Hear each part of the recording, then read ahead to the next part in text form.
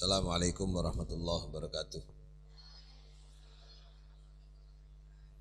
Alhamdulillahirabbil alamin, hamdan lirabbil azimil jalil. Salatan wa salaman li rasulih Muhammadinil hadid jalil wa ala alihi washabbihi amsalil qanadil, amma ba'du. Para santri, wali santri dan jamaah yang hadir pada kesempatan ini, kita sempat libur beberapa minggu, sehingga kalau tingkat kehadiran jamaah dan wali santri belum maksimal, memang untuk memulai sesuatu yang pernah ditinggalkan itu berat.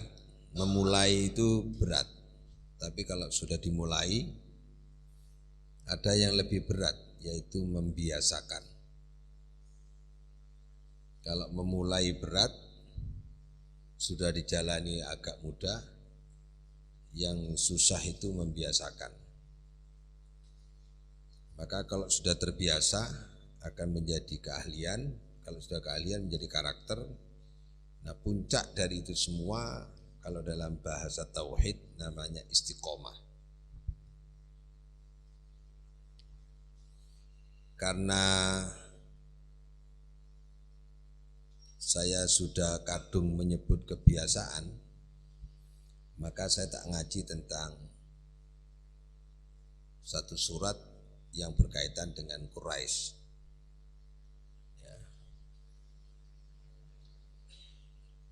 Bisa ditayangkan itu ayat tentang Quraisy ya. Kita ngaji tentang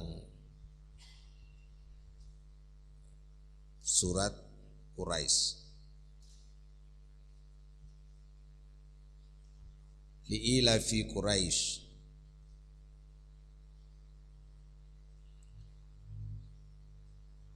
Ilafun asal katanya adalah alfun, itu maknanya kebiasaan.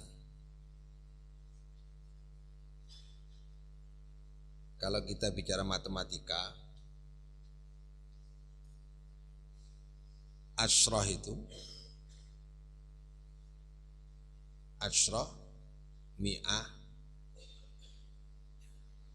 mi'atun, alfun, 10, 100, 1000, itu dikasih nama 10 atau asyrah atau asrun, itu adalah maknanya kumpulan. Kumpulan kalau digenapkan namanya mi'atun. Mi'atun. Mi'atun itu asal katanya ma'aya. Ma'aya itu maknanya menggenapkan kumpulan. Jadi sesuatu yang dikumpulkan kalau digenapnya namanya 100. Kalau 100 itu dikumpulkan lagi menjadi lebih banyak, itu namanya alfun. 1000. 1000 kalau diluaskan lagi menjadi miliar, itu seperti lapangan, luasnya seperti lapangan padang pasir. Jadi sebenarnya angka adat itu punya filosofi. Kenapa dikasih nama 10? Karena itu kumpulan. Angka 1 sampai angka 9 dikumpulkan jadi 10. Karena 9 itu kumpulan dari 1 sampai 8. Kalau digenapkan jadi 10. 10 dikumpulkan biar genap namanya 100. Maka kalau angka penilaian di sekolah, kalau enggak 10, 100. Dapat berapa? 10. Dapat berapa? 100. Tidak akan ada pernah dapat 1000.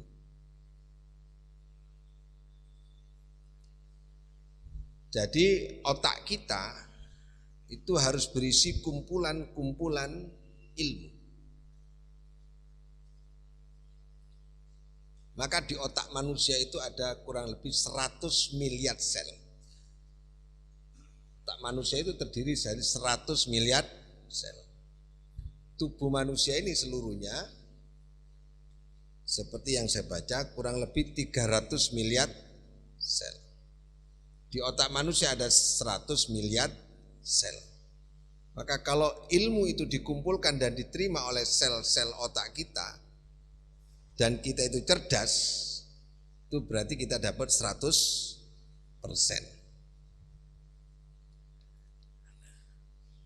Nah, ini semua berangkatnya dari kebiasaan. Kalau kamu biasa membaca, maka akan ada kumpulan-kumpulan ilmu yang tersimpan di dalam otak.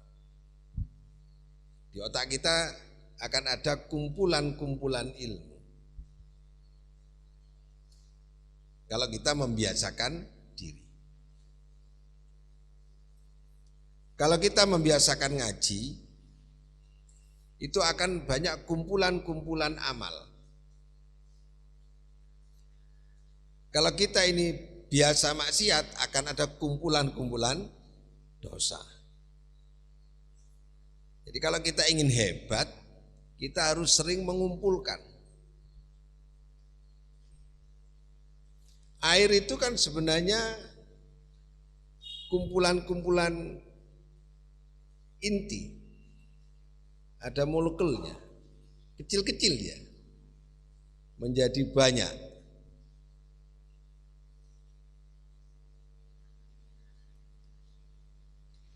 Sambil menunggu ini.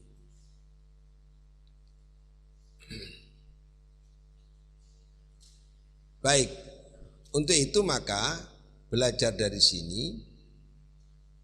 Kenapa Nabi besar Muhammad SAW dalam Al-Quran disebutkan, A'udzubillahi minasyaitonir rajim.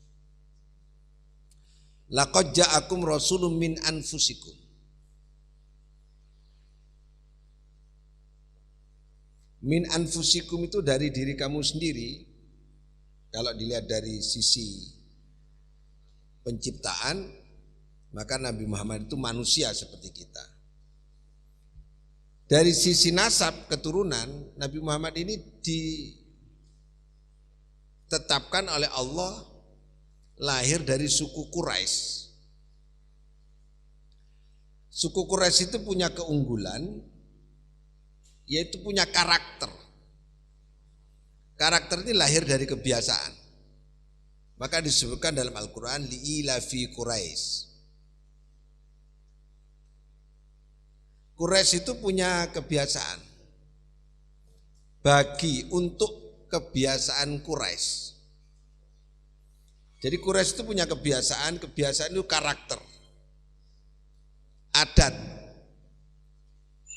Hal ihwal tentang Quraisy. Kita belajar dari sini, kalau kita ingin punya keunggulan sebagai pribadi manusia, karena memahami Nabi, mencontoh Nabi, itu mencontoh fi'linya, mencontoh gerakan hatinya, ada fi'liyah, ada qalbiyah, ada kaul, ada akli, cara berpikirnya. Nabi Muhammad itu keturunan Quraisy. Kenapa yang dipilih Quraisy? Quraisy ini punya kebiasaan. Kebiasaan itu bagian dari kekuatan karakter dari Quraisy yang tidak dimiliki oleh suku-suku yang lain. Li'ilafi Quraisy, ilafihim rihlatas sita'i was saif. Suku Quraisy itu sukanya itu adalah merantau. Hidupnya berpindah-pindah. Berpindah-pindahnya itu dalam konteks berdagang,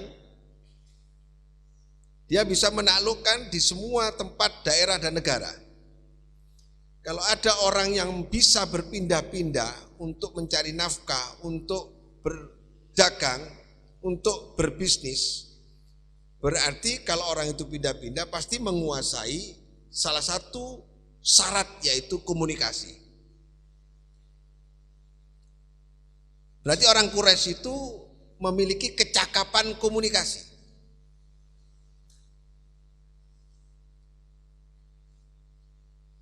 Dia bisa berkomunikasi dan adaptasi dengan banyak kalangan. Bagaimana di Yaman saat musim dingin, bagaimana kemudian di Syam saat musim panas. Ila fi rihlatas sita'i was-saif. Saat musim panas dan musim dingin bagaimana? Mampu beradaptasi. Dan orang Quraisy diterima di semua tempat dan keadaan. Kalau kita belajar dari situ bahwa orang Islam ini harus punya kebiasaan-kebiasaan yang unggul. Yang mampu membangun karakter. Karena karakter itu dibangun dari kebiasaan. Kebiasaan itu menuntut kemampuan. Kalau kebiasaannya berdagang, berarti kita dituntut harus mampu menghitung. Berarti ilmu tentang akuntansi harus bisa. Kalau kita bisa menghitung dengan baik, karena kita berpindah-pindah tempat, tentu sukunya berbeda yang dihadapi, adatnya berbeda, budayanya berbeda, perlu kemampuan untuk adaptasi, berinteraksi, berarti dia punya kecakapan sosiologi. Sosialnya bagus. Jadi kalau kita belajar tentang Islam, salah satunya, kenapa manusia itu dikatakan al-insa, insan, kadang disebut al-insu, kadang disebut al-insan, ada nunnya, wal asri innal insan. Insan asal katanya uns, maknanya jinak. Maknanya jinak. Jinak lawannya liar. Nah, kita ini bukan makhluk liar, tapi makhluk yang jinak. Kalau kita datang ke suatu daerah di Sumbawa sana, itu banyak kuda liar di situ. Kalau ingin memelihara kuda itu harus dijinakkan dulu. Kenapa disebut banteng? Karena banteng hidup di hutan, liar. Kita bisa menjinakkan, bisa. Termasuk harimau itu kan liar, tapi bisa menjinakkan. Yang enggak usah dijinakkan, dari nama saja itu sudah jinak, itu adalah insan, manusia. Manusia itu jinak, berarti tidak liar. Yang liar itu adalah hewan. Karakter itu adalah terbangun dari kebiasaan. Sifat manusia yang jinak itu kalau dibiasakan itu luar biasa unggulnya. Kucing saja, kucing ini kucing. Kalau dilatih, dibiasakan makannya di luar, kencingnya di tempat kencing, itu enggak kencing sembarangan, itu kucing. Apalagi anjing lebih cerdas lagi. Lebih cerdas lagi anjing ini. Jadi kunci pertama dalam membangun karakter building, membangun sifat mental, ya, sifat jiwa, itu adalah yang pertama dilakukan dalam suatu rumah tangga, pondok pesantren, itu adalah kebiasaan, namanya iklim. Iklimnya gimana? Kebiasaannya di pondok itu gimana? Kebiasaan di rumah gimana? Kebiasaan di masyarakat bagaimana? Maka sangat penting surat ini disebutkan li'ilafi Quraisy, kebiasaan orang Quraisy.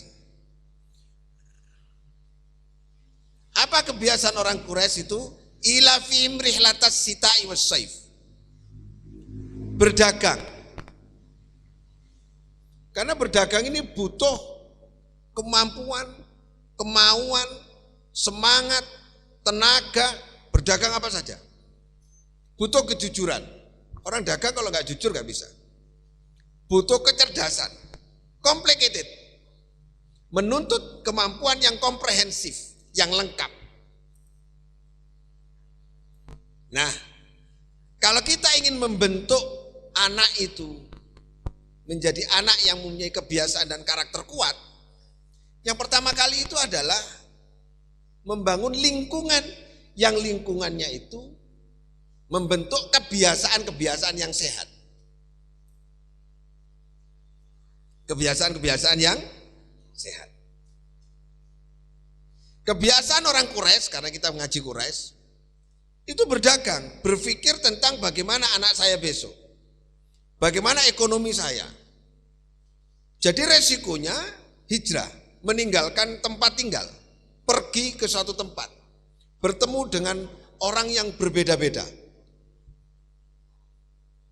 Tidak terkungkung, punya kemerdekaan orang Quraisy itu. Kemerdekaan berpikir, kemerdekaan bertindak, kemerdekaan bersikap untuk berdagang. Apa janji Allah? Alladzi at'amahum min ju' wa amanahum min khauf. Orang yang memiliki kebiasaan, Bapak Ibu, itu akan melahirkan keahlian. Kita kasih rumusnya golek duit. Ibu kan yang dikhawatirkan anaknya besok kerja apa, ya toh? Betul enggak? Enggak besok iso megawe enggak? Iso bahagia enggak?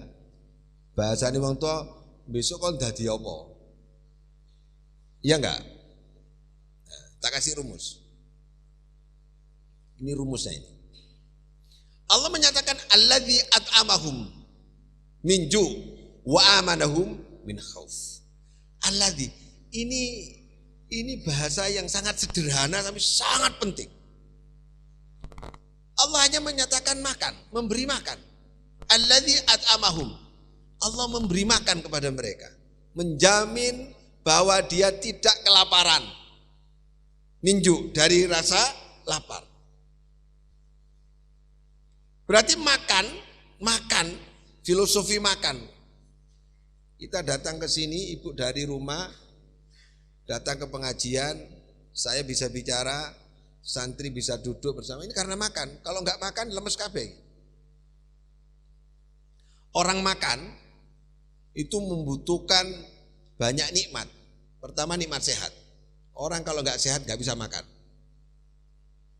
Kedua, membutuhkan nikmat sempat. Kalau enggak sempat enggak bisa makan. Kok guru mangan? Enggak sempat. Sibuk loh, enggak butuh. Kamu kok enggak makan? Lidah saya enggak enak. Kalau makan enggak terasa apa-apa. Butuh nikmat sehat. Orang makan itu termasuk rasa sehat. Sehat itu banyak. Bukan hanya sehat lidahnya, bukan hanya sehat lisannya, sehat akalnya. Kalau akalnya gak sehat itu makannya gak enak. Bisa jadi makannya itu bukan di tempat ruang makan. Lihat orang yang gak sehat akalnya, orang gila itu. Makannya itu di tempat-tempat sampah. Jadi makan ini adalah pusat kenikmatan. Saking pentingnya makan sampai ada nama makanan. Nama makanan untuk walimah itu nama makanan untuk orang nikah. Namanya makanan. Kalau kita mau nikahan, nama makanannya adalah walimah. Nah kalau kita itu bangun rumah, kan kalau orang desa dikasih bendera, terus dikasih gedang pisang, itu nama makanannya adalah naqiyah. Itu makanan.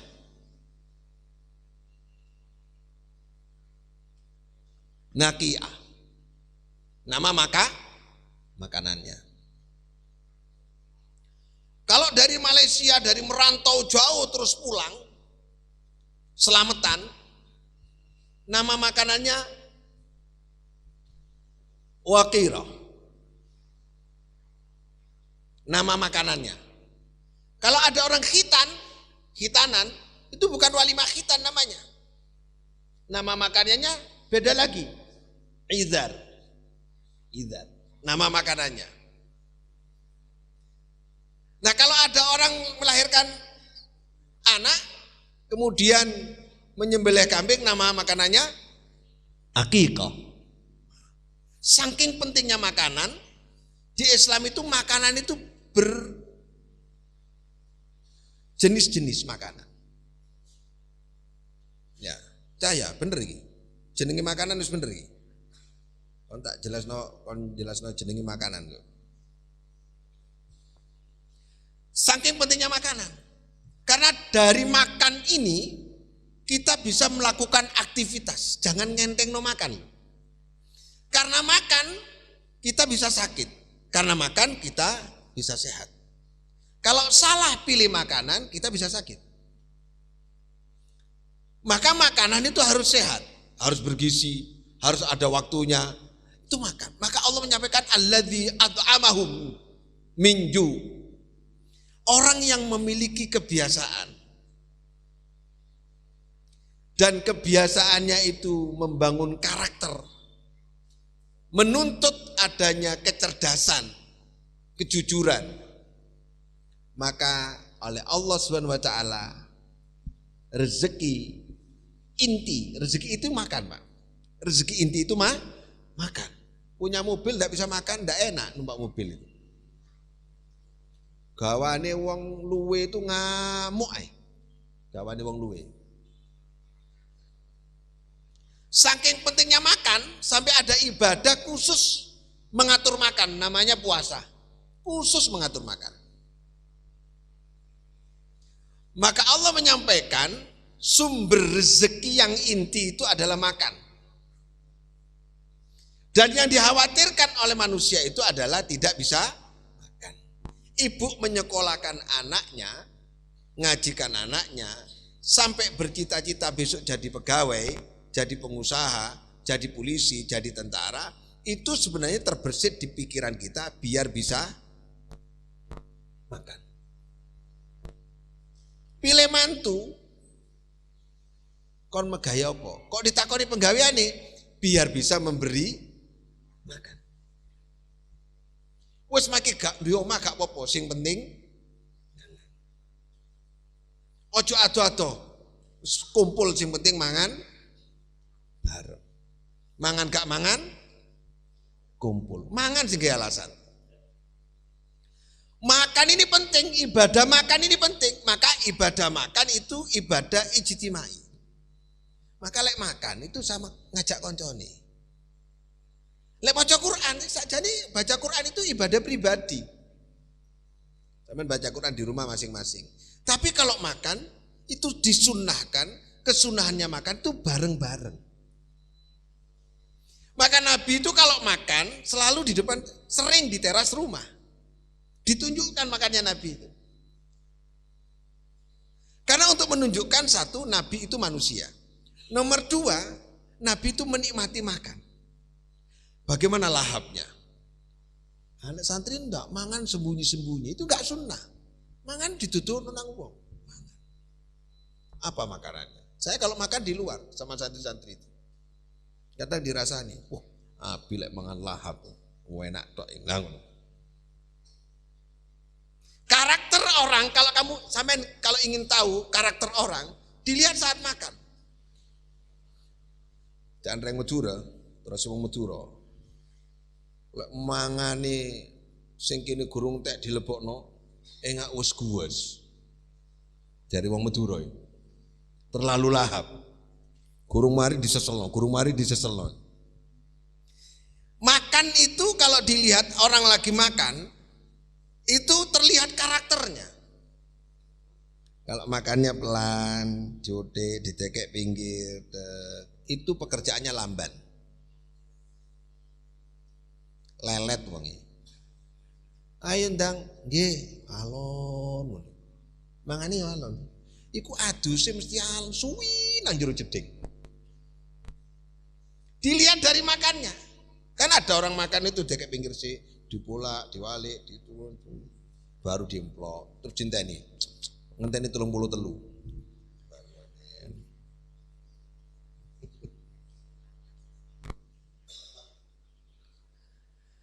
Maka Allah menyampaikan ini remeh. Ayat ini kelihatannya remeh. Alladzi at'amahum min ju'. Allah memberikan makanan sama mereka. Siapa mereka? Orang yang punya kebiasaan. Al-Quran itu ringkas, Bu. Al-Quran itu ringkas ya. Kalau ngomong kebiasaan, kebiasaan melahirkan keahlian, keahlian melahirkan karakter, karakter itu melahirkan rezeki. Kenapa orang bisa jadi tukang? Keahlian itu. Kenapa? Asalnya kebiasaan. Biasa mengerjakan pekerjaan tukang. Orang kalau biasa jadi ahli. Kalau ahli lahirlah rizki. Pun. Ini ngajak nalar loh, ngajak mikir. Alladzi at'amahum min ju' wa amanahum min khauf. Orang yang memiliki kebiasaan bagus, ini kebiasaan yang dimaksud di dalam Al-Quran, kebiasaan yang bagus. Li'ila fi Quraisy, itu Allah menjamin rasa aman. Baik aman secara fisik, eksternal maupun internal. Orang kalau kebiasaannya menyapa orang, negur sapa dengan orang, senyum sama orang, maling gak sido nyolong, iku wonge apik gak enak aku. Gak sido, aman.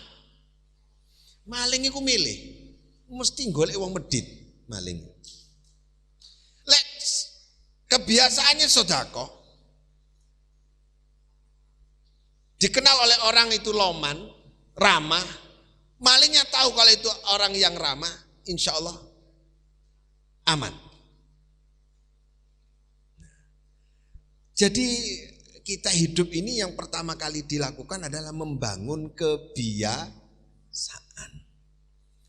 Maka karena Allah menjamin makanan dan rasa amannya, karena rasa aman dan makanannya ini atau rezekinya dijamin oleh Allah Subhanahu wa taala, secara ikhtiar, secara zahir ini disebabkan oleh kebiasaannya, keahliannya, maka Allah memerintahkan falyabudu rabb hadzal bait. Maka beribadahlah engkau kepada Allah Subhanahu wa taala. Walaupun kita punya kebiasaan-kebiasaan apapun, jangan lupa ibadah.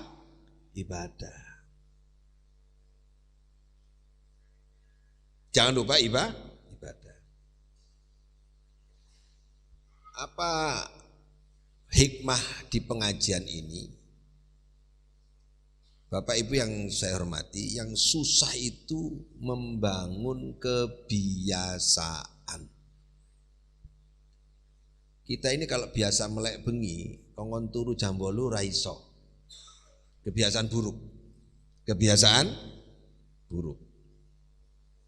Allah itu melatih kita untuk membangun kebiasaan. Bangun malam. Salat isyraq setelah salat subuh. Salat duha setelah salat isyraq. Itu hanya membangun kebiasaan-kebiasaan. Wadifah. Kebiasaan-kebiasaan. Zuhur istirahat, salat. Asar istirahat. Kebiasaan-kebiasaan.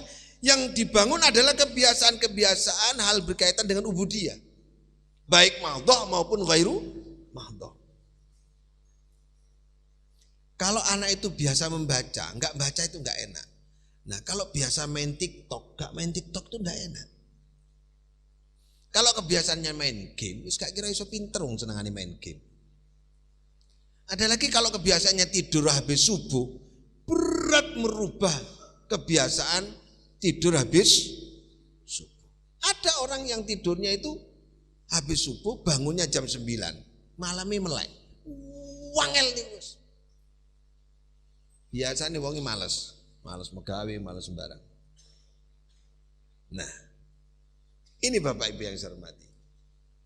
Jadi kalau kita belajar Islam, tidak hanya belajar membaca Al-Quran, tidak hanya membaca, tapi ditengok Islam itu membentuk karakter,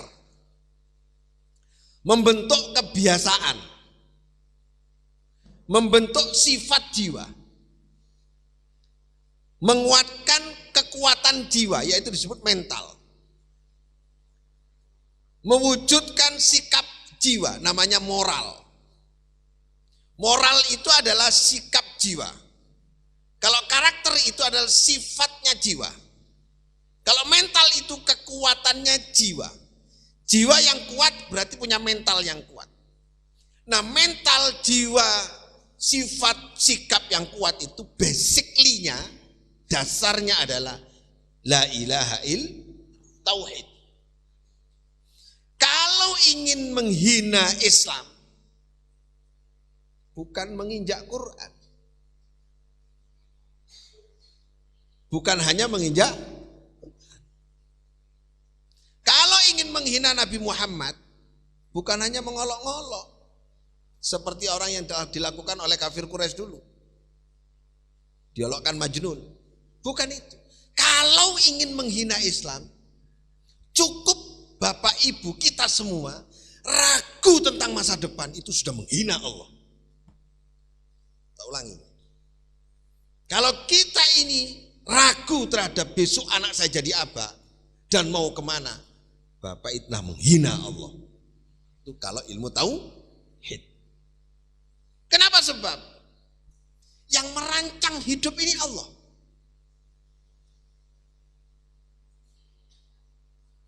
Yang punya rencana hidup ini Allah. Yang punya hidup ini Allah. Kenapa kita ragu wong yang rancang beliau? Coba Quran, tak contohi. Situ aja. Nah, ambilkan Quran. Ini contoh, ini dasar. Jadi kebiasaan itu dibangun dari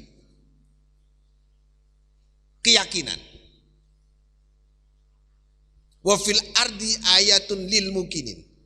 Di bumi ini tempatnya orang ya yakin. Ini tak ibaratkan ya Bu. Saya ngajak berpikir logika tauhid. Ini kalau mancap teng Ibu, hidup ini enteng, wabah enteng. Ngadepi hidup itu iso mesem jenengan. Ini disebut apa? Kitab ya. Nama bahasanya kitab, bahasa Arab, bahasa Indonesia juga kitab, buku. Lihat baik-baik ini. Saya pakai perumpamaan biar cepat nangkapnya ke akal kita. Waktu Nabi Muhammad menerima Al-Quran, ada enggak ini? Ada. Tapi Nabi Muhammad diperintahkan Iqra. Oh enggak ada bukunya kok Iqra, kok membaca. Ada enggak ini? Enggak ada. Kitabun fussilat ayatu. Kitabun. Waktu itu ayatnya turun di Mekah. Kitabun fussilat. Kitabnya ada enggak? Waktu Allah menyampaikan, malaikat Jibril menyampaikan kepada Nabi Muhammad, kitabun fussilat ayatuhu. Ada enggak kitabnya? Enggak ada. Dzalikal kitabu la raiba fi. Ini adalah kitab. Waktu ayat turun ini adalah kitab. Kitabnya ada enggak? Enggak ada. Enggak ada kok disebut. Ini berwujud kitab, berwujud buku kan setelah Nabi Muhammad wafat. Zamannya Utsman. Waktu itu Umar khawatir. Abu Bakar belum ditulis. Waktu zamannya Utsman mulai ditulis. Betul. Sudah lengkap Al-Quran. Sebelum Nabi Muhammad wafat, al-yauma akmaltu lakum dinakum. Al-Quran sudah sempurna. Kitabnya ada enggak? Kenapa kitab disebut padahal kitabnya enggak ada? Karena kitab itu disebut sudah ada di lauhim yang disebut oleh malaikat Jibril disampaikan kepada Nabi Muhammad itu, yang dimaksud kitab adalah lauhim mahfud. Lauhim mahfud itu adalah kitab maknanya. Papan tulis untuk menulis Quran dan menyimpan Quran. Namanya Kalau gitu kitabnya ada enggak? Kitabnya udah ada enggak? Ada kan? Di lauhim. Waktu disampaikan kepada Nabi Muhammad, yang disampaikan adalah kitab yang dimaksud ditulis di lauhim. Tulisan urutan Al-Fatihah sampai terakhir. Urutan ini persis sama dengan kitab Al-Quran yang ada di lauhim. Turunnya Iqra dulu, tapi urutannya Al-Fatihah sampai An-Nas ada di lauhim.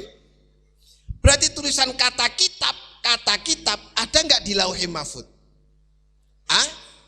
Ada. Sehingga waktu Nabi Muhammad menerima kata kitab itu sebenarnya hanya mengulang sesuatu yang ada di lauhim. Bisa terima ini? Kalau begitu, ketika saya jadi ketua DPR, sebelum saya jadi ketua DPR, ada enggak tulisan saya sebelum saya lahir bahwa saya besok jadi ketua DPR? Ada.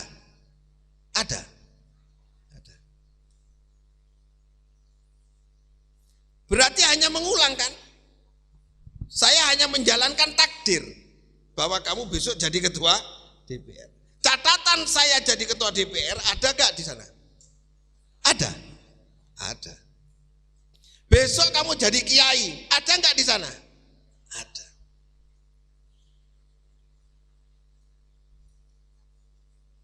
Bisa terima?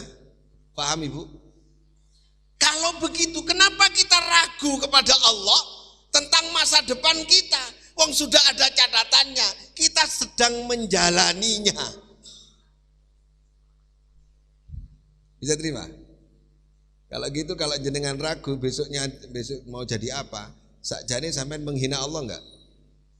Ono catatannya kok bingung. Nggih. Jenengan kok melarat sampai tuweke, catatannya melarat ya menjadi. Kok moro-moro sugih, catatannya sugih. Bisa terima? Oleh ngono gak usah megawe Pak Haji kan usah ono catatane, gak ngono. Karena catatan di sana sampean harus ngaji dulu di Adzikra. Iku catatane. Jadi di Adzikra ini tercatat di sana di alam sebelum alam dunia ini ada catatannya sudah. Berarti kita hanya menjalankan tugas. Bisa terima? Paham?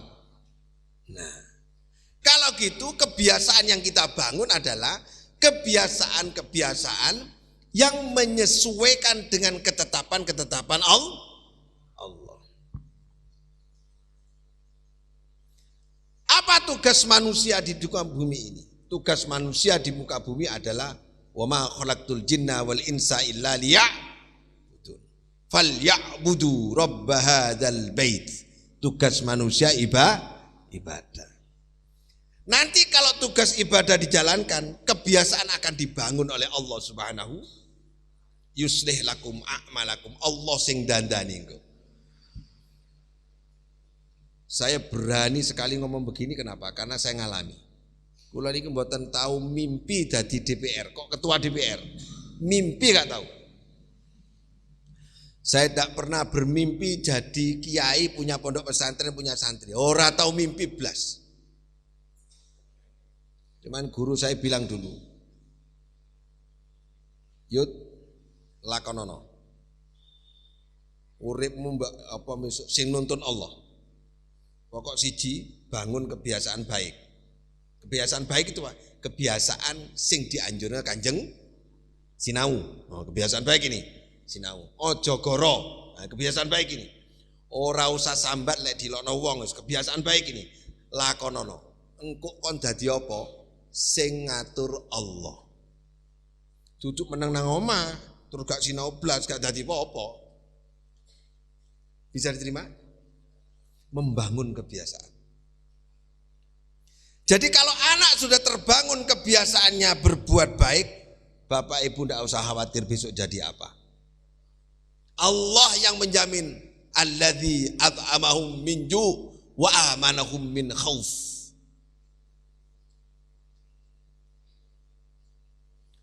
Kon kon sekolah ngene ben iso dadi ngene. Niku cara tauhid. Lho kula kali jenengan kok ndikte Allah ati lha apa kok ndikte. Kon ngene oleh ben iso ngene le, kon lek ngene iso ngene le. Gak usah ndikte. Lakonono besok dadi apa Allah sing ngatur. Tapi kebiasaannya harus kebiasaan baik. Nah, saya tak ngomong santri sekarang ya. Santri ini kebiasaannya bangun jam 3. Naurai lho kan arek kelas 5. Nuril bareng. Iku tangi jam 3 setengah 4 minimal. Niku lek wis mlebu masjid kali ngantuk-ngantuk rada ndrosol-ndrosol kesandung. Wong masjid keramik halus ngene iso kesandung niku ya napa? Nuril kesandung keramik. Wong gak ono sing nyandungi kok kesandung, ngantuk. Ini kalau terbangun kebiasaan mulai kecil, subuh bangun, sekolah ya, kudu sekolah lagi. Iki sing ruwet terus gak sekolah arek-arek iki. Ingin Nuril rodok malas rong dino nih. Sekolah, pulang sekolah, ngaji, istirahat. Habis gitu sholat maghrib, isya, ngaji. Ini kalau terbangun kebiasaan menjadi karakter melekat, lengket pada kepribadiannya. Jenengan ndak usah ngeten. Cara umpama. Cara umpama gak ndonga ngoten. Cara umpama gak ndonga. Tidak usah khawatir. Seandainya akan lebih baik kalau kita terus berdoa kepada Allah Subhanahu. Pasti jadi. Masa depannya tidak usah ragu. Saya yakin bunder. Tergantung kebiasaan. Kenapa ada hadis, walaupun hadis ini dianggap dhaif. Utlubul ilma walau bisin. Ayo kita ngaji nih, oke? Utlubul ilma walau bisin. Tuntutlah ilmu walau ke negeri Cina. Tuntutlah ilmu ke orang Cina. Kenapa kok belajarnya ke orang Cina? Orang Cina itu subuh bangun. Jam 4 bangun dia. Persiapan kerja. Sing duwe bedak buka bedak. Sing duwe tambak wis nang nang tambak. Teman-teman saya Cina itu kalau subuh bangun sudah ada di tempat-tempat usahanya. Kebiasaan baik gini. Orang Cina ini menyebar seluruh dunia. Di mana saja, di pelosok mana saja, dan diterima di mana-mana.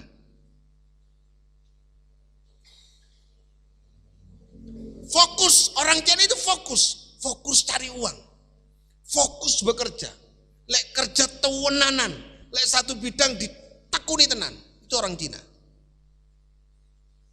Kalau gitu kita belajar dari apa? Kebiasaan dia dalam berdagang, kebiasaan dia di dalam berusaha, kebiasaan dia dalam bisnis. Maka dunia hari ini, negara dunia hari ini, yang dikhawatirkan adalah penguasaan ekonomi Cina di dunia. Setelah Amerika, setelah Yahudi, yang dikhawatirkan adalah Cina.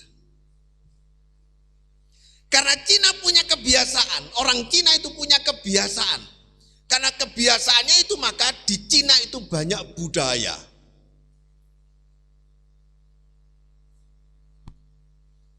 Nah, kan Nahdlatul Ulama ini kan membangun kebiasaan sampai punya prinsip al-muhafadzatu ala qadimi shalih wal akhdhu bil jadidil aslah. Kebiasaan-kebiasaan yang lama yang bagus dipertahankan, membangun kebiasaan-kebiasaan baru yang lebih bagus. Kebiasaan, kata kuncinya di kebiasaan. Jadi yang paling berat hidup ini membangun kebiasaan. Kebiasaan ibadah, kebiasaan rajin, kebiasaan disiplin, kebiasaan jujur, sabar kebiasaan. Biasa ngamukan itu biasa. Biasa lah iku gampang guyu nang wong, seneng aku. Kebiasaan. Itulah wujud dari karakter. Mundur ke belakang. Kebiasaan dibangun dari mana, Pak? Kebiasaan itu dibangun dari perbuatan. Karena berbuat jadi biasa. Ini penting ini Bu Wali Santri ini. Kebiasaan dibangun dari masa ada kebiasaan kalau gak berbuat? Sepakat dah? Pun? Dong? Perbuatan lahir dari kreativitas. Ide. Pikiran. Saya ulangi nggih. Kebiasaan lahir dari perbuatan, orang berbuat lahir dari kreativitas lahir dari ide. Ide lahir, awas dikunci. Ide lahir dari isi otaknya. Orang punya ide tergantung dari isi otaknya apa. Kalau otaknya tahayul, halusinasi, menghayal, idenya gini, ya apa nang kuburan ben oleh nomor. Idenya, soalnya otaknya itu di sini. Tapi kalau otaknya berisi Quran, otak anak-anak kita berisi hadis, otak anak kita ini berisi tentang kumpulan ilmu kitab, idenya apa? Ide menunjukkan isi otaknya.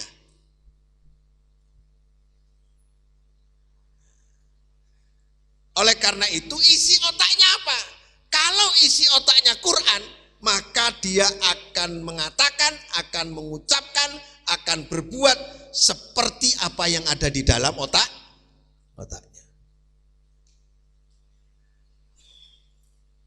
Kalau kebiasaan yang lahir dari perbuatan yang tergantung isi otaknya, lalu berkarakter, karakter anak itu Qur'ani enggak kemudian? Kita lihat sekarang ya. Ayat ara'aital ladzi yukadzibu biddin. Coba bukan ayat ara'aital ladzi yukadzibu biddin. Tahukah engkau siapa pendusta agama? Maliki yaumid din, alam pembalasan, tempat pembalasan. Din. Siapakah orang yang mendustakan masa depan? Siapa orang yang ragu atas masa depan? Kalau tadi isi otak, sekarang isi hati. Kalau orang itu yakin masa depan, yang diinformasikan oleh Allah berisi Quran bahwa masa depan itu nanti begini. Hidup itu akan begini. Tujuannya ini. Akhirat begini. Kalau dia yusaddiku, membenarkan bil husna, membenarkan yusaddiku biddin, membenarkan masa depan, maka sikapnya akan mempersiapkan masa depan. Kalau dia menolak masa depan, dusta atas masa depan, dia tidak percaya masa depan, dia akan berpikir untuk kepentingan sekarang. Harta kepentingan sekarang. Jabatan bisa kepentingan sekarang. Kedudukan bisa kepentingan sekarang. Ilmu bisa kepentingan sekarang. Kalau harta tidak disambungkan dengan kepentingan akhirat masa depan, maka harta, kedudukan tidak ada hubungannya dengan masa depan. Berarti tergantung isi otak, tergantung isi hatinya. Kalau isi hatinya yusaddiku, membenarkan. Sekarang kita lihat di surat Wa amma man a'ta wattaqa wa saddaqa bil husna fasanuyassiru lil yusra. Surat apa itu? Al-Lail. Nah, coba buka ini. Ini. Jadi saya tadi ngajinya dari ujung kebiasaan. Kebiasaan dari perbuatan, perbuatan dari pikiran, pikiran tergantung isi.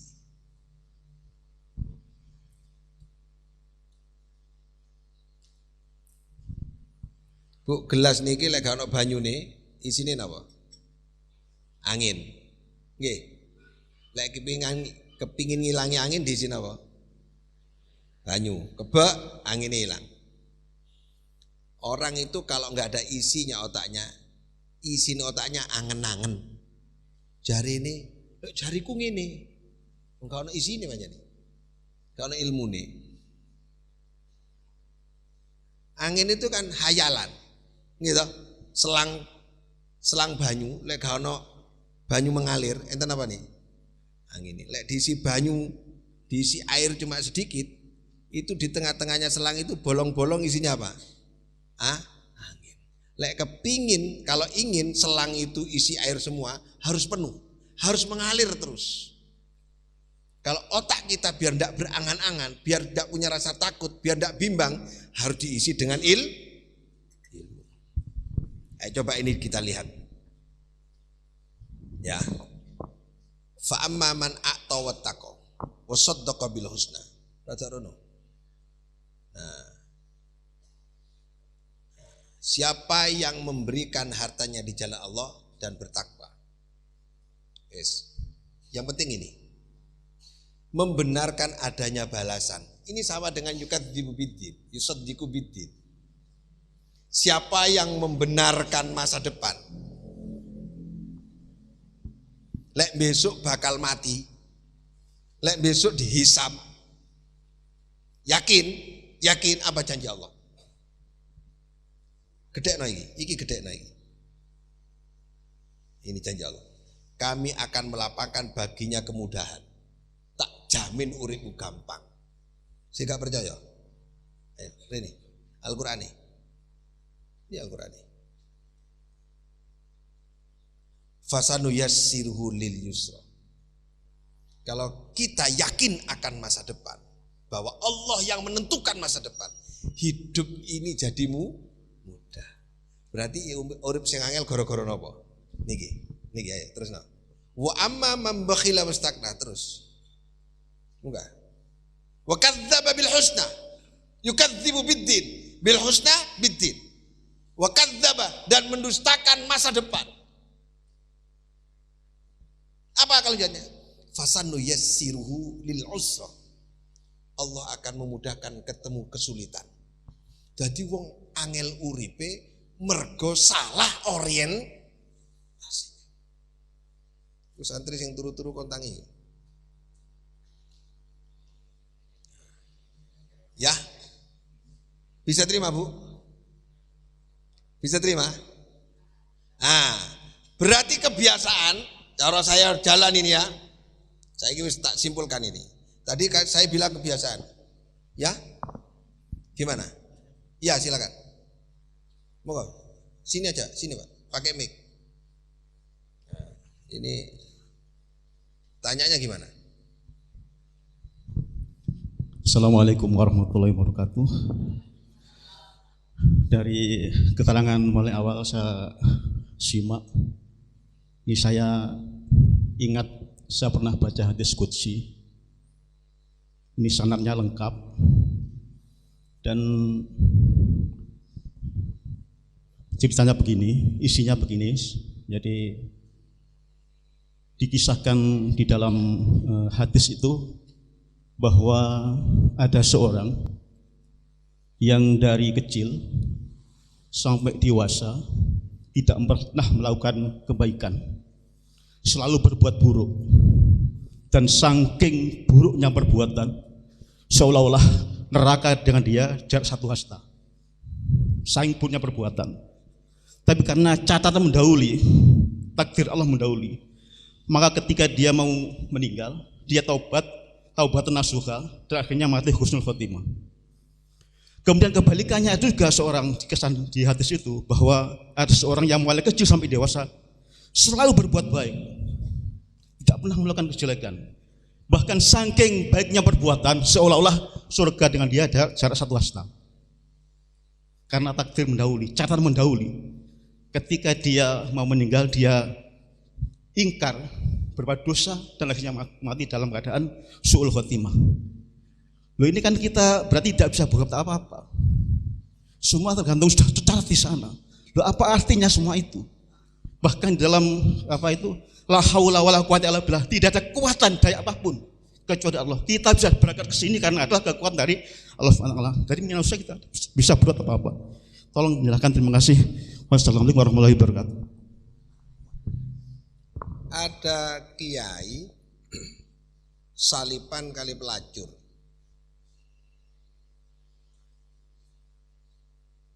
Kiai ini orang alim ini kemana-mana itu selalu kalau panas dia dingin karena selalu ada awan di depannya, di atasnya, kayak mendung gitu.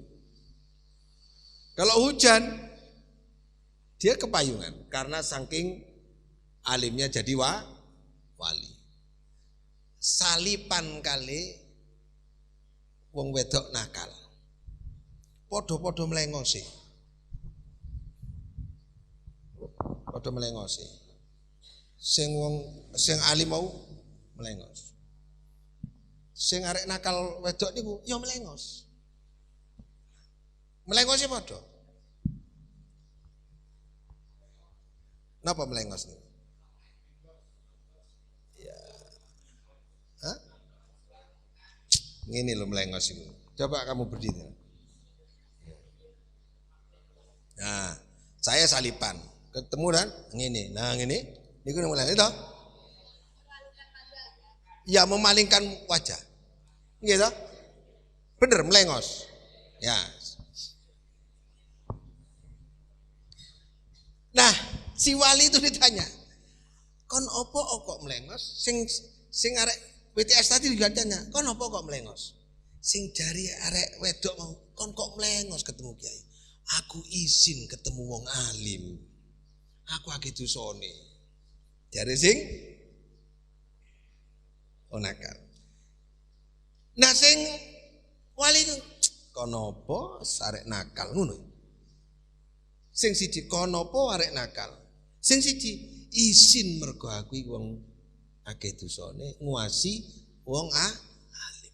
Di mata Allah beda enggak? Beda enggak? Yang satu ahli ibadah, yang satu ahli maksiat, tapi dia merasa bahwa dirinya banyak dosa. Yang satu ahli ibadah tapi dirinya merasa banyak amal. Bon, ini nilai. Ini urusan ini namanya hidayah. Satu.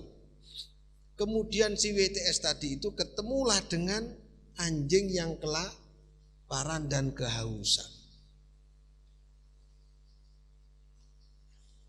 Dia membawa coro sakniki aqua lah coro sakniki. Coro sakniki aqua lek sabene kan sepatu. Karena anjing terkapar kemudian air itu diminumkan ke anjing. Waktu dia akan meminumkan, dia berpikir begini, "Aku lek gak ngombe, aku mati. Tapi lek asu iki gak ngombe, asu iki mati. Lek aku gak ngombe mati, aku akeh dosane. Tapi aku seakan nang asu iki lek mati. Asu iku najis. Asu iku najis." Rasa sayang kepada makhluk Allah yang akhirnya dia berkorban, air yang harusnya diminum oleh dirinya dikasihkan anjing, membuat dia diangkat derajatnya oleh Allah Subhanahu. Karena muncul rasa iba, dan iba itu rasa kehambaan kepada Allah. Jadi kunci terbaik adalah penghambaan. Abdun hamba. Sak kurungi ke sana dulu. Apa yang terjadi?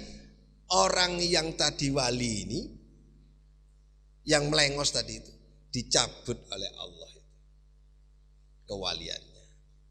Maka di hikmah yang keberapa itu lupa, hikam, maksiatun aurrasat izzan wastikbaran khairun min ibadatin aurrasat zullan waftikaran.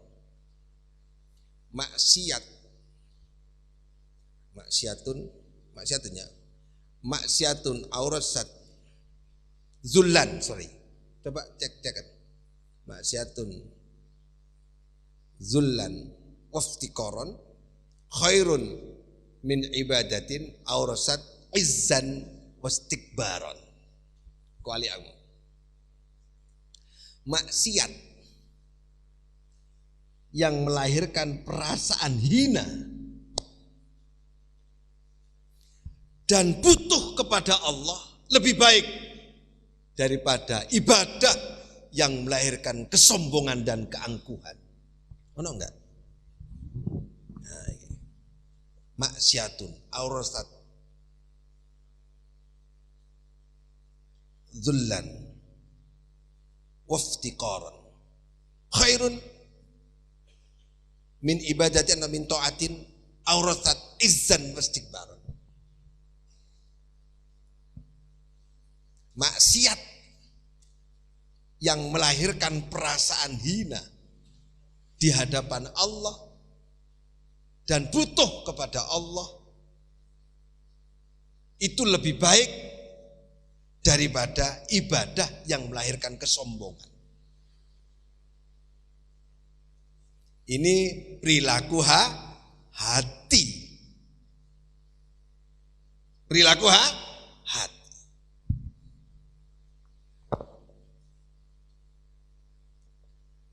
Itu kuncinya dulu. Kita kan tidak tahu orang yang ahli ibadah itu hatinya ya apa. Wong kene kadang-kadang sholat. Sapa ngimami mau? Ahli mana aku ngimami lho niku. Unine hati kan orang lain tidak tahu, yang tahu hanya Allah. Sapa kementos nang ngarepe? Ngoten. Kan kudunya aku ngimami. Loh itu kan bahaya itu. Itu hati itu. Kita kan tidak tahu, taunya kan jumlah ibadah. Orang itu tekun ke masjid, orang itu, tapi hatinya selalu menggunjing orang. Kita nggak tahu. Tapi ada orang yang berbuat maksiat. Kon kok maksiat? Aku pingin sholat, tapi gak iso-iso. Dia merasa pingin sholat, merasa pingin ibadah. Dia melawan dirinya, dia menyesal, tapi kok gak bisa-bisa. Terus minta sama Allah, terus minta sama Allah. Itu jawaban pertama. Jawaban kedua. Ono wong sugih takoni. Kon iso maca, gak tahu sekolah. Lu gak tahu sekolah kok sugih? Kita kan punya teman gak sekolah sugih. Aku S3 gak sugih-sugih. Ono wong ayu, bojone ganteng. Ono wong elek, bojone ganteng. Ono wong cendhek, bojone dhuwur. Ono wong dhuwur, bojone cendhek. Alim miskin, bodoh sugih. Terus takon gini, ya apa Allah karepe? Sekolah terus miskin, gak sekolah, gak iso maca, sugih. Enten apa mboten? Wong buta huruf sugih. Enten. Allah jawab, kon ben ro, sing nuntutno sugih dudu awakmu, dudu pintermu. Duduk gantengmu, sing nentokno sugihku aku. Sing nentokno surga duduk yang menentukan husnul khotimah bukan kamu, bukan amalmu. Yang menentukan husnul khotimah itu Allah. Itu untuk menunjukkan otoritas Allah. Amalo wakeh lek gak tak trimo kon ati lha apa? Ngoten nih, Allah ngomong ngene. Maksiat kon lek tak hapus dosane ati lha apa? Sapa sing gak trimo? Ngoten. Ya, catatan di Lauh Mahfuz itu dilewatno maksiat, engko didadekno wong husnul khotimah. Sing siji didadekno wong ahli ibadah suul khotimah. Ada loh. Di Timur Tengah itu ada orang alim, ahli Quran, akhirnya murtad. Ada itu, banyak contoh-contoh seperti itu. Untuk menunjukkan apa? Allah terang mengatakan hidayah itu urusanku. Apa kata Allah? Makanya kita harus tetap tidak boleh menyombongkan diri. Makanya la haula wala quwata illa billahil aliyyil azim. Kalau begitu manusia seperti apa tugasnya? Tugas manusia hanya ikhtiar, maka ada kunci, jawabannya adalah tawakal. Maka setelah ikhtiar kita tawakal, mudah-mudahan kita diterima oleh Allah. Hadis mengatakan la yadkhula ahadukumul jannah bi amalihi. Orang tidak akan bisa masuk surga. Coba cari. Bi amalihi. Karena amalnya. Wala anta ya Rasulullah. Apakah termasuk kau ya Rasulullah? Wala ana, termasuk aku. Kecuali illa ayyataghammadani Allah bi rahmati. Kecuali karena rahmatnya Allah. Karena rahmatnya Allah. Ono ketemu? Gak ketemu? Yes. Ngoten nggih? Berarti kita harus ikhtiar. Khawatir. Makanya di surat Al-Furqan. Surah Al-Furqan ayat 63. Ini untuk jawab terakhir surah Al-Furqan ayat 63 insyaallah.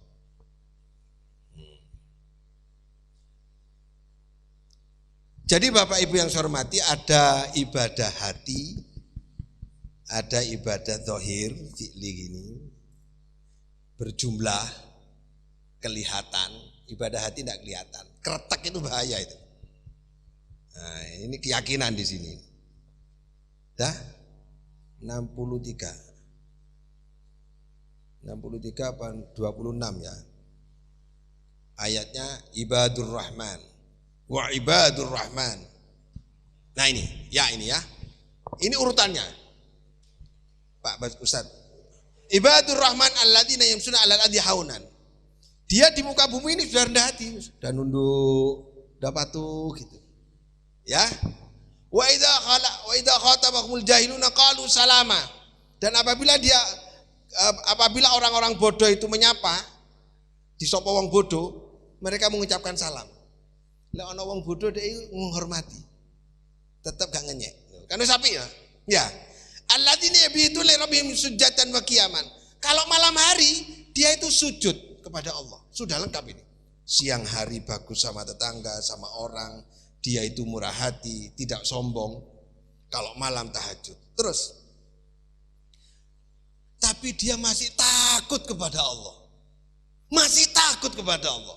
Sudah baik sama tetangga, sudah baik sama keluarganya, sudah baik sama Allah, sudah baik.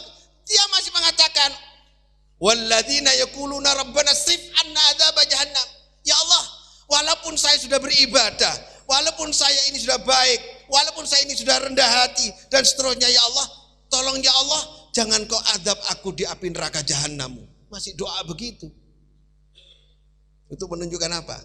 Jangan ngandalkan amal. Bagi yang beramal, jangan mengandalkan amal. Bagi yang maksiat, jangan putus asa. Itu maksud contoh dari hadis qudsi itu.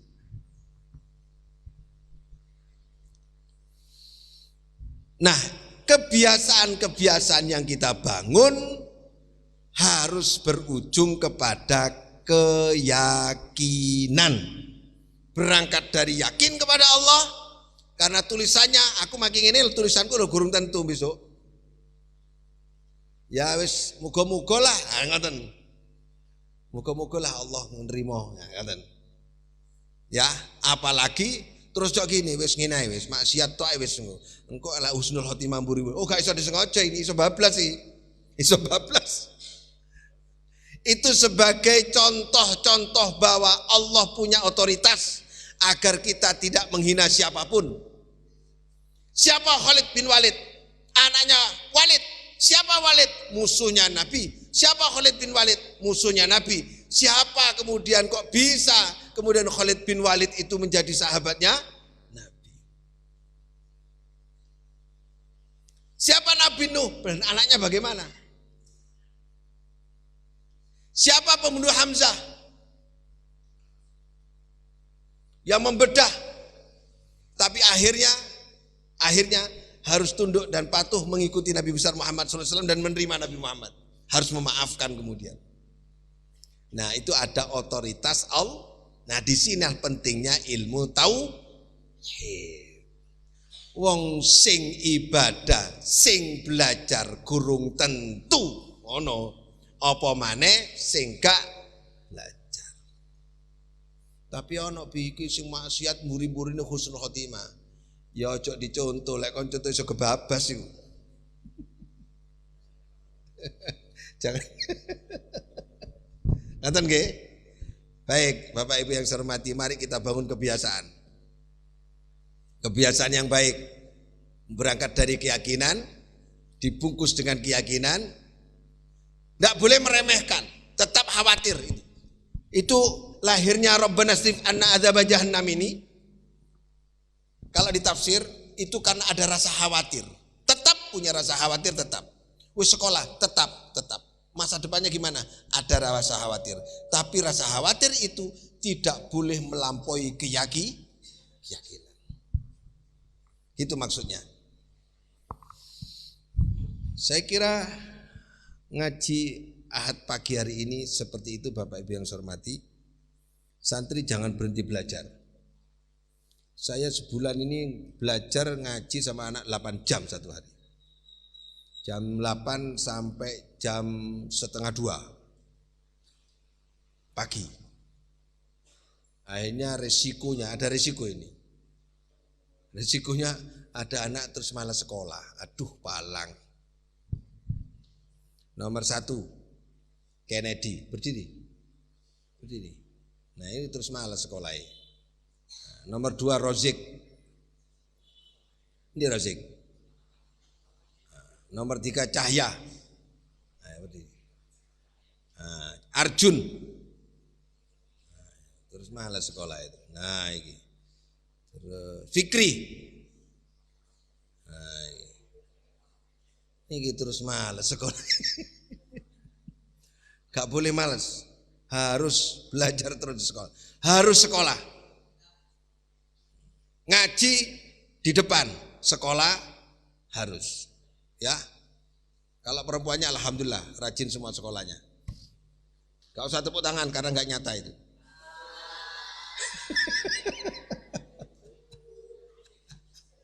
Akhirnya kemarin tiru-tiru Pak. Tiru-tiru Bi. Tolonglah Bi kalau ngaji pagi itu saya diizinin tidak sekolah Bi. Tak sebut namanya. Berdiri, Dinda. Ayo berdiri, ibunya biar tahu. 2, Fiona. Mana Fiona? 3, Alma. Nah ini ngerayu Bi. Dikasih waktu tapi biar gak sekolah Bi. Seminggu itu 2 kali apa sekali tidak sekolah gitu. Gimana? Kecantol ilmu pondok ini. Alhamdulillah. Tapi Bu jangan khawatir. Enggak, ini saya tidak bela anak jenengan. Anak-anak yang enggak sekolah itu kemungkinannya cuma 2. Kalau enggak tidur ngaji sama saya. Kalau tidur berarti bohongi saya. Kalau ngaji itu bohongi gurunya. Karena mesti alasannya sakit di sekolah. Jadi nakalnya nakal ngaji Pak. Ya paling tidur lah. Yang ketangkap tidur itu Kennedy, Cahya. Kalau Fikri itu memang kuat melek. Ya cuma sepisan dari sebulan. Alhamdulillah. Jadi ternyata santri Adzikra, Bapak Ibu yang saya hormati, sekarang sudah punya kebiasaan luar biasa, suka mengkaji ayat-ayat, hadis-hadis, kitab-kitab. Kadang saya khawatir Pak, bukan orang tua yang khawatir. Ini sebelum orang tuanya khawatir, saya juga khawatir. Iki arek-arek besok ya apa iki? Iki lek ngaji terus sekolah ya apa itu? Akhirnya saya telepon kepada kepala sekolah. Mana Kaila? Kaila satunya. Suruh ke sini, Kaila.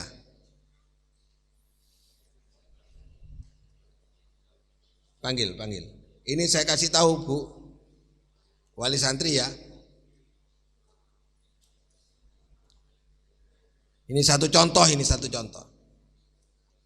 Iki ojo ditokno nang Lukman, ojo direkam ditokno ya, biar gak jadi. Dia sekolah di SMA favorit lah. Orang tuanya ngadep saya, ayahnya sama anaknya. Untuk masuk ke sekolahan itu berat. Sekolahnya di sekolah SMA Giri, kan berat sudah. Rata-rata orang tua akan pingin sekolah SMA Gelaga sama SMA bareng wis SMA Giri. Mau mengajukan mundur dari SMA, mau pindah ke SMA yang bisa agak santai. Kenapa? Saya pingin ngaji saja. Saya khawatir, bapaknya khawatir. Ini anaknya. Nah itu anaknya.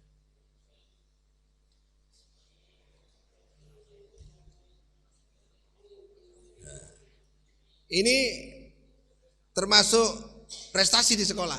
Seperti Cahya. Cahya itu di SMA Gelaga prestasi. Prestasinya pertama dia masuk di kelas akselerasi. Kedua termasuk anak yang ranking masuk prestasi.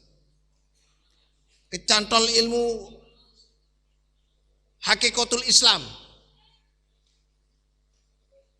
Kenapa nduk wong wingi kepingin dadi polisi kok saiki kepingin pindah? Kula kepingin dadi bunyai jadi repot kula nih. Kan repot saya ini. Saya khawatir juga tentang masa depannya nanti gimana. Akhirnya kita sepakat sama orang tuanya gimana caranya. Saya pamitkan kepada kepala sekolahnya agar tugas-tugas sekolah mulai dikurangi sedikit. Ya, pokoknya bisa sekolah, tapi dia ini ingin fokus ngaji. Disetujui. Nah, jadi anak-anak yang begitu nanti akan saya pamitkan khusus kepada sekolahnya. Yang penting dia bisa sekolah, baik nilainya, fokus di ngajinya. Ini harus ada ridho orang tua saya. Kalau orang tuanya nggak ridho susah. Nah, untuk yang Kaila ini orang tuanya sudah ridho wis. Nah sekarang disusul Fauzi saya. Fauzi ngadep ke saya itu Fauzi. Fauzi ini Bu, waktunya subuh membangunkan harus 7 kali. Kalau ke-7 itu harus disiram 1 botol aqua. Kalau kayak gitu gak bangun dia. Alhamdulillah 3 hari yang lalu ngadep saya di sini. Di hadapan anak-anak. Bi, mulai hari ini HP saya pegangan Abi. Jangan kasihkan saya Bi. Saya sudah tidak mau dengan HP, saya akan ngaji dan saya akan lawan ngamalah saya. Alhamdulillah bendino model kita apa? Mambengi gak turu sewengi. SMA Gelaga. Saya juga khawatir kadang-kadang. Tapi saya harus bersyukur karena anak kecantol ilmu hakikatul Islam. Nah yang khawatir tentang jangan sampai gak sekolah. Harus. Oh saya kalau gak sekolah saya jaga di sini. Cuman sering dibohongi Kennedy, kayak Haya itu kan sering ngapusi aku terus keturun itu. Tidurnya gak di kamar Pak, di perpustakaan. Jadi gak ketemu. Nakalnya putranya Bapak kayak gitulah kira-kira ya. Alhamdulillah. Nah untuk itu maka ibu-ibu tidak usah khawatir. Kalau ada telepon dari sekolah ke ibu tentang malasnya anak gak sekolah, ibu tidak usah khawatir, telepon saya biar saya ngadepi. Untuk saya jelaskan sama orang. Kayak Pandu. Suka tidur kemarin, sekarang alhamdulillah enggak. Alhamdulillah enggak nakal. Ya enggak pacaran, ya enggak tahu macem-macem. Cuman turuan ngono tok, mbek mangan bengi. Hanya itu aja. Sekarang enggak sudah. Sekarang enggak ada. Pelan-pelan. Jadi putra putri Bapak nggak ada yang nakal berlebihan, nggak ada. Nakalnya nakal ilmu. Mudah-mudahan ya kebiasaannya kita bangun. Mudah-mudahan ada manfaatnya yang saya sampaikan. Kita doakan bersama anak-anak kita menjadi anak soleh dan solihah. Sukses, yakin bahwa Allah telah mentakdirkan hal yang terbaik dan kembalikan semuanya kepada Allah Subhanahu wa taala. Agar Ustadz Basori puas, ayat terakhir yang saya bacakan adalah wa ma tasyauna illa ayyasha Allah rabbul alamin. Nah, ayat iki sing jelasno ben santri, Pak. Undi ayat iki. Wes. Iki Pak Ustadz Basori. Farhat maju, jelasno ayat iki. SMP kelas 3. Jelasno itu. Menjawab pertanyaannya Ustadz Basori. Wa ma tasyauna.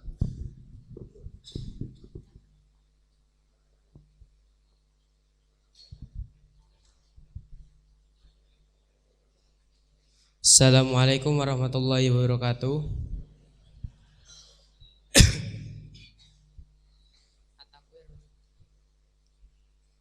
A'udzubillahi minasyaitonirrajim. Bismillahirrahmanirrahim. Wa ma tasyauna illa ayyasha Allahu rabbul alamin. Wa ma tasyauna lan orang ngendaki sapa sira kabeh illa ayyasha Allah. Kejaba ngendaki sapa Allah rupane rabbul alamin, pangerane alam semesta. Nah, jadi kita sebagai manusia itu tidak bisa berkehendak, karena yang bisa berkehendak itu adalah illa ayyasha Allah. Yang bisa berkehendak itu adalah Allah. Kita sebagai manusia itu menjalankan tugas Allah atau perintah Allah. Karena contohnya ketika kita mempunyai keinginan dan keinginan tersebut itu tercapaikan, maka kehendak kita sama dengan kehendak Allah. Dan juga sebaliknya, ketika keinginan kita itu tidak sama atau tidak tercapai, maka keinginan kita itu tidak sama dengan kehendak Allah. Karena tugas kita itu sebagai manusia itu menjalankan atau melaksanakan perintah Allah atau kehendak Allah. Karena kita sebagai manusia itu hanya di dunia ini tugasnya hanya menjalankan perintah Allah saja, tidak ada yang lain. Itu kurang lebihnya.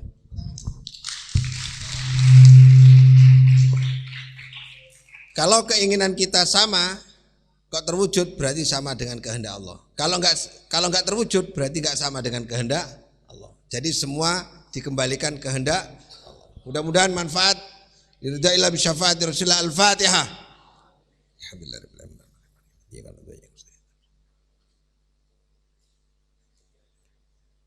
Baik Bapak Ibu yang saya hormati, untuk pengajian Ahad pagi yang sifatnya umum itu ketemu di bulan depan tanggal awal Ahad pagi awal ya. Desember minggu pertama itu pengajian umumnya. Pengajian rutin Ahad pagi diisi al-walad. Al-walad itu singkatan wali adzikro, al-walad. Al-walad bahasa Arab, maknanya adalah anak ya, al-walad. Anak santri. Kalau walid berarti orang tua. Oke. Baik, kita ketemu di Ahad pagi yang pengajian umum tanggal awal bulan Desember. Untuk minggu depan khusus pengajian wali santri dan penampilan-penampilan santri. Pengumuman terakhir bagi ibu-ibu, santri sampai bulan Desember ngajinya agak padat karena nanti akhir bulan Desember setoran diharapkan ilmu nahunya selesai. Setoran ilmu nahunya selesai. Alhamdulillah. Saya kemarin bangga ada tamu alumni UIN Jogja, S2 UGM, yang satu Usuluddin, UIN juga S2-nya UGM, diskusi tafsir Quran bersama teman-teman dan anak-anak santri Adikro, dan dia menyatakan aku gak iso koyo awakmu. Alhamdulillah. Nah, luar biasa, saya bangga ini. Sampai kesel itu hilang. Mari kita berdoa kepada Allah Subhanahu wa taala, mudah-mudahan ini tahaddusan binikmah. Bukan sombong tapi bangga. Bangga karena bersama dengan kehendak Allah Subhanahu wa taala. Allahumma shalli wa sallim ala alhamdulillah rabbana taqabbal minna innaka antas samiul alim wa tub alaina innaka antat tawwabur rahim. Rabbana atina min ladunka rahmatan wa hayyi lana min amrina rasada. Rabbana la tuzigh qulubana ba'da idh hadaytana wa hab lana min ladunka rahmatan innaka antal wahhab. Rabbana hab lana min azwajina wa dhurriyyatina qurrata a'yun waj'alna lil muttaqina imama. Rabbana ighfir lana wa liwalidina warhamhum kama rabbawna shighara. Rabbi hab li minas salihin. Rabbi habli minas salihin, Rabbi habli minas salihin. Rabbana atina fid dunya hasanah wa fil akhirati wa qina adzabannar. Wa sallallahu alaihi wa baraka wasallam. Subhana rabbil izzati amma yasifun, salamun alal mursalin, walhamdulillahi rabbil alamin. Al-Fatihah. Alhamdulillah. Ya kana mudhu ya ustaz. Assalamualaikum warahmatullahi wabarakatuh.